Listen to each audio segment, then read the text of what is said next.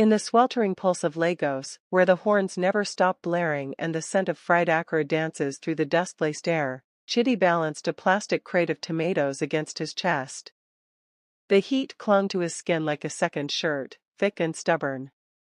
He moved quickly through the congested marketplace, dodging a woman balancing bananas on her head and a boy sprinting past with a leaking bag of iced water. Sweat beaded at his temples, and still he moved with the quiet precision of someone used to being invisible. People barely noticed him, just another street boy turned kitchen help, but that was fine. Chidi preferred it that way. The fewer eyes on him, the fewer questions. He'd always watched people carefully, the way a hungry dog watches a full table, curious but cautious, never expecting an invitation.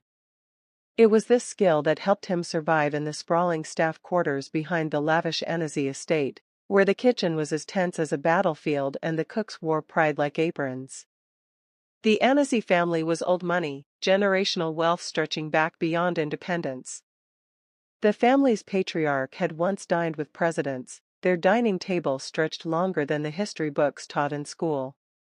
But it wasn't the patriarch who held everyone's breath in suspense these days, it was his grandsons. The Billionaire twins. Jabari and Tabo Annecy. Rumor had it they were impossible to please. Handsome, sharp-minded, sharper-tongued. Born only a minute apart but as different as fire and ice. Their return to Lagos from the States had stirred up more dust than the harmattan. And from the moment they arrived, not a single dish prepared by any of the esteemed chefs or self-proclaimed culinary mains pleased them. Jollof rice too dry. Ifo riro too greasy. Egusi lacking spirit. They rejected everything with a single lift of a brow or a quiet murmur of disapproval. And that's all it took, one rejection, and the cook would be gone the next day, escorted out with their apron folded like a flag of surrender. Chidi, of course, wasn't even a cook. He was just the boy who scrubbed the floor, peeled jam with blistered fingers, and cleared dishes nobody touched. But he listened. He watched. He paid attention to what others missed. Like the way Jabari pushed food aside with an irritated sigh but tapped his fingers absently to a rhythm only he could hear. Or the way Tabo stared into his plate like it reminded him of something painful, before looking away, jaw tight, spoon untouched. Something about them was broken, but not in a loud way. In the kind of way no one else seemed to notice, because they were too busy trying to impress them. Too busy feeding their ego and not their emptiness. Chidi noticed, though. He saw through it, because he'd known hunger, the kind that hollowed you out from the inside and made even love feel like a burden. He'd seen that hunger in their eyes, though they were dressed in linen and silk, their perfume too expensive to pronounce. And he didn't know why, but he couldn't shake the feeling that maybe, just maybe, food wasn't the real problem. The tension started small, like a stone in a shoe. A strange conversation he overheard one night between the head chef and the estate manager, murmurs about the twins, about not letting them remember. And then there was the moment Jabari looked directly at Chidi, only for a second, but long enough that something passed between them. Not recognition, no, but something deeper. A flicker. A question. As if he were wondering why a kitchen boy looked at him with eyes that saw too much. By the time Chidi dropped the tomatoes into the basin and began rinsing them beneath the cold tap, the sun had already dipped behind the high white walls of the Annecy compound. The laughter from the main house floated over the courtyard like distant thunder. He didn't look up, but his chest tightened. Something was coming. He could feel it in his bones. Not trouble exactly, but a shift. Something in the air had changed. And when the head cook barked at him to fetch fresh scent leaves from the garden, something they hadn't asked for in weeks, Chidi wiped his hands on his shorts and nodded silently. He didn't know it yet, but that small request was the beginning. The thing that would pull him out of invisibility. The thing that would crack the facade of the mansion's perfection, and expose something raw, something painful, something hungry. Chidi moved through the herb garden carefully, his bare feet silent against the soft, damp soil. The scent of basil, bitter leaf, and scent leaf, ephedrine, clung to the air, earthy and calming. He clipped the leaves with quiet precision, though his mind was a storm. The kitchen had been unusually silent that day. The head cook, Mama Fola, usually a whirlwind of authority and loud Yoruba prayers, had been subdued. She snapped at people, her hands trembling as she grated onions, her muttered curses masking a barely concealed fear. Chidi had seen the tremble in her lip when she mentioned Jabari's name earlier. Something had shifted in the house. He could feel it. When he returned to the kitchen, the others were whispering. He caught only pieces. Last warning, fired today, Chef Ao's gone already. Apparently, even the replacement from Abuja, who had cooked for senators, had lasted only one dinner. Chidi tried to slip past unnoticed, but Mama Fola's eyes caught his like a fishhook. "You," she snapped, pointing to the steel prep table. "Wash and shred those leaves. Don't talk. Don't look up." He obeyed, fingers moving over the wet leaves, nose stinging from the ground pepper in the air. Still, he couldn't help but hear. One of the newer kitchen staff, a young woman named Ifeoma, leaned closer to another, her voice just above a breath. "They say the twins fired Ao because he tried to ask about their mother. Imagine. Just a question. One question and poof." The other girl gasped. "But that's what I'm saying. Everyone's afraid of them, but no one knows why. They act like kings. But you know what I heard? I heard their mom." "Shut your mouth," Mama Fola barked before the girl could finish. Her knife slammed onto the cutting board with such force everyone jumped. "You want to disappear next? Eh? Then speak again. Go on." Silence swallowed the room. Even the sound of the pot bubbling on the stove seemed distant.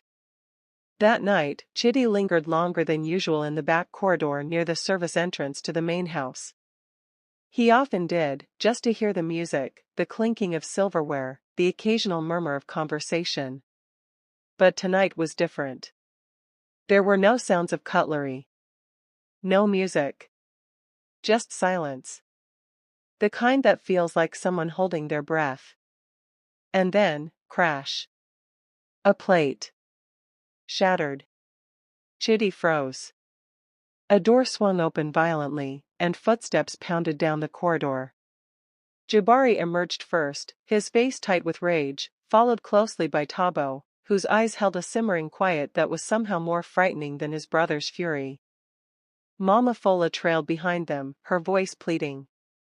"My lords, please, we can try again. I will prepare it myself." "Try what again?" Jabari's voice cracked like thunder. "Another imitation? Another insult? We asked for something real. Something Nigerian. And you bring us this? This watered-down mess?" Tabo didn't speak. He just stared at the floor, then at the dish he held in his hand, some overly garnished version of ogbono soup, and dropped it into the hallway trash without a word. Then he looked up. Straight at Chidi. Eyes dark. Jaw clenched. Something passed in the air. Recognition? No. But curiosity. Jabari followed his brother's gaze, noticed Chidi standing stiff against the wall, and narrowed his eyes. "What's your name?" Chidi hesitated, swallowed, then whispered, "Chidi, sir." "You work in the kitchen?" He nodded. "Can you cook?" Mama Fola cut in, no, oh. He's not trained. He's not even a kitchen hand." "I didn't ask you," Jabari said quietly. Chidi's throat dried. He should have said no. He should have bowed and stepped away. But something in Tabo's face held him there. Not just challenge, pain. Worn pain. Like a man who had eaten his way through gold and still found it tasteless. And something deeper stirred in Chidi's chest, something reckless. Yes, he said finally, softly. I can cook. The silence stretched. Jabari scoffed. Then cook.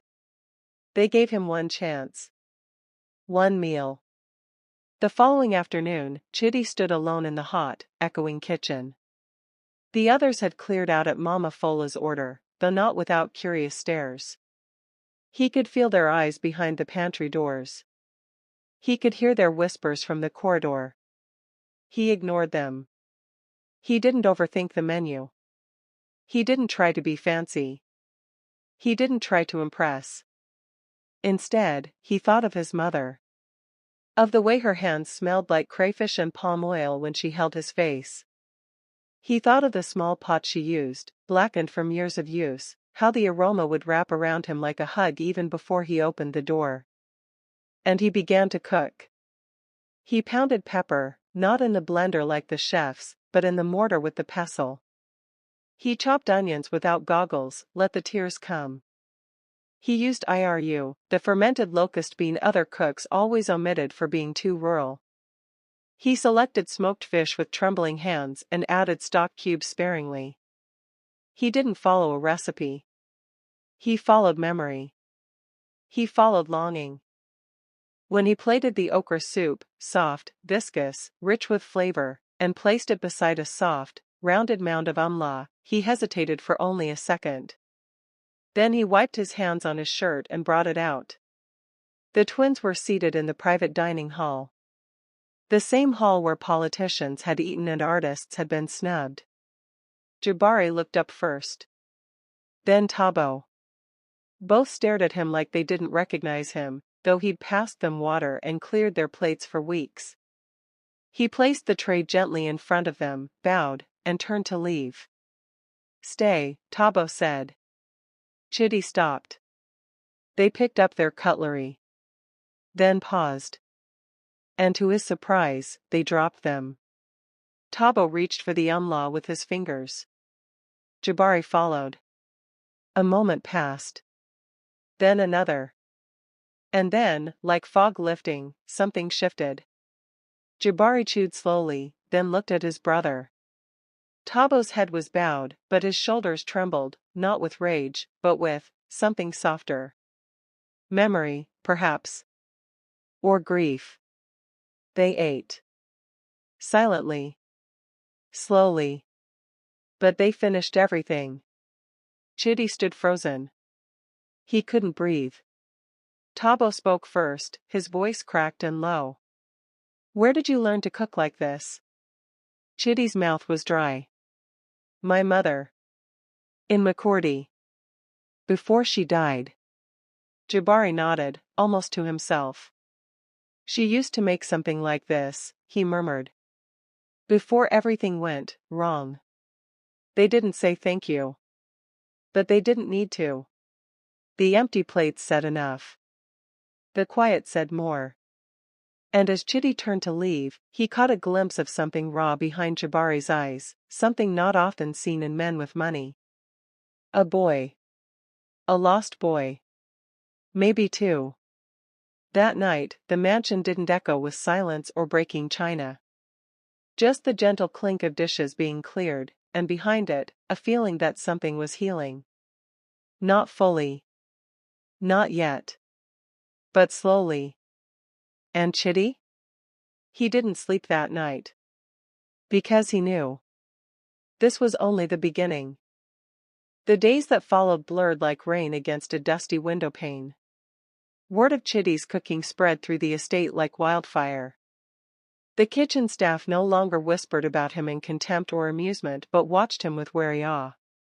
Mama Fola didn't say a word, she simply gave him space, the sharpness in her eyes dulled into something almost like worry.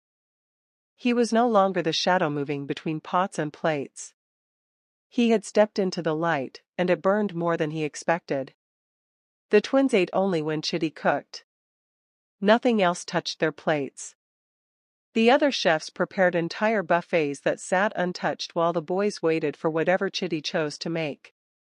They didn't give instructions. They didn't make demands. They simply watched him, like two weary kings who had finally found the scent of a lost kingdom. But there was something deeper now, something heavier that hung in the air like an unsaid prayer. The more Chidi fed them, the more he noticed the cracks. Jabari had started visiting the kitchen, not to speak, just to linger, leaning against the wall, arms crossed, eyes distant. Tabo came at night. He'd sit on the cold stone step outside the back door, sometimes with a bottle in hand, staring at nothing. One night, Chidi brought him warm yam porridge, and Tabo took it with a soft "thank you" so quiet Chidi almost missed it. Chidi didn't ask questions. He just cooked. Food was safer than words. Until the night it wasn't Da, it was the twins' late mother's Remembrance Day, something none of the staff were supposed to mention. Every year, the day passed in silence. The curtains remained drawn.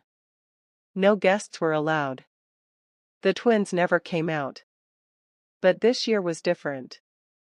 This year, Chidi made something he hadn't made in years. Offensala. His mother's specialty. He prepared it the way she did, boiled fish head still intact, cooked slowly with uziza and scent leaves, the broth thick with pepper and sole. The smell alone felt like her hands on his back, her voice calling him in from the rain. He placed the dish in front of the twins, but neither reached for it. They just stared. Minutes passed. Then Jabari's hand moved, not toward the food, but toward the small necklace around his neck, a simple beaded pendant. He gripped it like it anchored him. She used to make this, he said, voice rough. Only when she was okay. Tabo didn't speak. But tears filled his eyes. It hit Chidi like thunder. This wasn't about taste. It had never been. These boys weren't rejecting food, they were grieving. They were tasting memories and being burned alive by them. Every failed dish before had been a wound opened wrong. But this was the memory done right. Jabari stood suddenly. His chair scraped the floor. Who told you? He asked sharply, but his voice cracked halfway through. No one, Chidi replied gently. I just remembered something. My mother used to hum the same lullaby your cook played that day. I followed the taste of the tune. Tabo exhaled shakily. That song, only she knew it. She sang it to us when father was away. When she was still, before she. Silence settled like fog. And then, the shattering. Tabo pushed his plate away, the porcelain skidding loudly across the table. His face twisted, not in anger, but agony. We killed her, he said, voice sharp and broken. We let him silence her. Jabari's fists clenched. Tabo. No, Tabo barked, standing now too. You remember what he did. We were kids, yes, but we knew. And we kept quiet. We let them call her mad. We let them lock her away. And when she begged, begged for us to believe her, we didn't. We turned away. She was sick, Jabari said, but even he didn't believe it. His voice was hollow, like a wall long since cracked. She was silenced, Tabo said. And we helped him do it. The words dropped like stones. Chidi stood frozen, unsure if he should stay or leave. But he couldn't move. Couldn't breathe. Jabari slumped into his chair again, burying his face in his hands. I see her when I sleep. Not her face, just the way she looked at me the last time. Like she was drowning, and I stood on the shore. No one said anything for a long time. The only sound was the slow, rhythmic clink of a spoon sliding back into broth as Tabo picked it up again and ate in silence. That was when Chidi understood.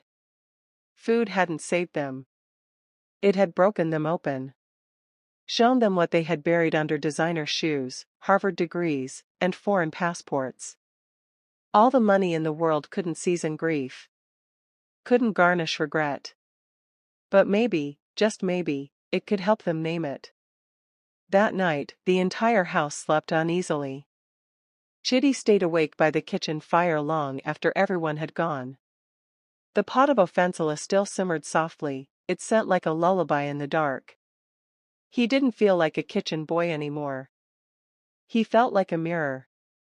And for the first time, he wasn't afraid of what he reflected. The days that followed moved more slowly, like a song after the final verse, when the music still lingers but the words have already said enough. The Annecy estate grew quieter, not with tension, but with a strange kind of stillness, like breath held after a long cry. The twins didn't speak of that night again. But something had changed, undeniably. The sharpness in their movements dulled, their gazes less guarded. They no longer barked orders or sent back food. They asked, softly, occasionally, for a dish by name. Ava Agoin. Bitterleaf soup. Yam pepper soup with fish tail, just like before. Chitty cooked without needing direction. Every day, he stirred memory into the pot like a priest performing a quiet ritual. And every night, as the plates came back scraped clean, he felt something lift from the walls, something unspoken, heavy, leaving the air just a little easier to breathe. Jabari began to linger in the kitchen again, not as a judge, but as a student. He stood beside Chitty one afternoon, watching him wrap moi in green leaves instead of tins. "You do it like she did," Jabari said without prompting. "She always said the leaves added soul." He didn't wait for a reply, just watched the steam rise and, for the first time, smiled without bitterness. It didn't last long, but it didn't need to. Tabo started eating on the back step, sometimes with Chitty, sometimes alone. Once, he handed Chitty a faded photo. Two little boys on their mother's lap, her eyes alight with joy and mischief. The same eyes that had haunted Tabo's dreams. She used to hum to the pot, Tabo said. Like it would sing back to her. We'd dance around the kitchen while she stirred. He didn't say what happened after. He didn't need to. The silence that followed was its own kind of testimony. For the rest of the staff, Chitty's rise was a story passed in whispers, tinged with reverence. Mama Fola watched him now with a strange pride, like a woman who'd seen a seed she nearly threw away sprout into something too sacred to touch. She didn't speak of that night. But she made space for him, let him lead sometimes, and once, when no one else could hear, she said, "Your mother would be proud. I hope the boys tell their father what you've done." But the boys didn't. They didn't need to. They were different now. Not healed, perhaps, but unhidden. They carried their pain with more honesty. When guests visited, they served jollof the way their mother used to make it, with goat meat and a smoky finish, and they spoke of her freely. Jabari even started a foundation in her name, though quietly, no ribbon-cutting ceremony, no press. Just a quiet house in Enugu for women who had been told too often they were mad when really, they were just unheard. Chitty never asked for a raise.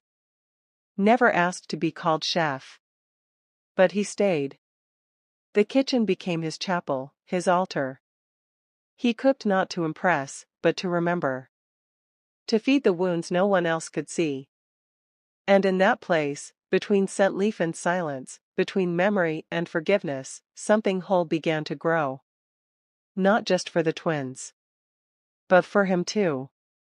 In the quiet months that followed, the estate transformed, not in its wealth or grandeur, but in the hush that settled between its walls. The chandeliers still glowed. The cars still shimmered in the sunlight. But where there had once been cold opulence, there was now a warmth that could not be bought. And at the center of it all, in the kitchen with cracked tiles and smoke-stained windows, Chitty remained, still cooking, still remembering, still healing. He never asked the twins what came of the guilt they confessed. He saw it in the small changes. The way Jabari paused before raising his voice. The way Tabo greeted staff by name now. The way neither of them left the table without thanking the person who fed them. Grief had not undone them, it had softened the hard edges they had learned to wear like armor. But that softening came at a cost. One morning, Chitty found Tabo alone in the garden, crouched beside a small mound of dirt. A plant grew there, ugwu, fresh and green. She used to grow this, Tabo said without looking up. Even when father told her we didn't need to farm. She said, we eat from the earth because we belong to it. You forget that, and it will swallow you. He smiled, but it didn't reach his eyes. We forgot. Jabari joined them later, a letter in hand, thin, official, cold. Their father was coming home from Switzerland. A brief visit. A meeting. A reckoning. They didn't say it, but Chitty saw it in their eyes. They feared him still. Not his voice, not his power, but the part of themselves that had become like him. They had tasted the bitterness of betrayal, of their mother, of themselves, and now, they had to choose, keep feeding it, or starve it. Chitty didn't offer advice. He just said, serve him the food she used to make. The way she made it. Let him taste what he tried to erase. The day their father arrived, the house was tense with memory. No staff were allowed inside the dining hall. But Chitty cooked. Not for the man, but for the woman whose spirit still lingered in every herb, every pot, every corner of that estate. He prepared her meals, unapologetic, bold, imperfect. The way love always is. No one spoke of what happened that night. But the next morning, the patriarch left before sunrise. No photos. No parting gift. Just silence. And on the table he left behind a single necklace. Beaded. Hers. That day, Jabari gave Chitty an envelope. Inside was more money than Chitty had ever seen. We want you to start your own place, Jabari said. You deserve more than our table. Chitty shook his head, handing it back. You don't understand. I already have a place. And it's not mine. It's hers. He stayed. Because some debts aren't paid in naira, but in honesty. Because some wounds don't close with time, but with truth, tasted slowly. Because sometimes, the moral cost of silence can only be repaid by feeding the broken pieces of others, until they remember what whole felt like. And because, in the end, cooking for the powerful was never about prestige. It was about restoring what power had once taken away. One plate at a time.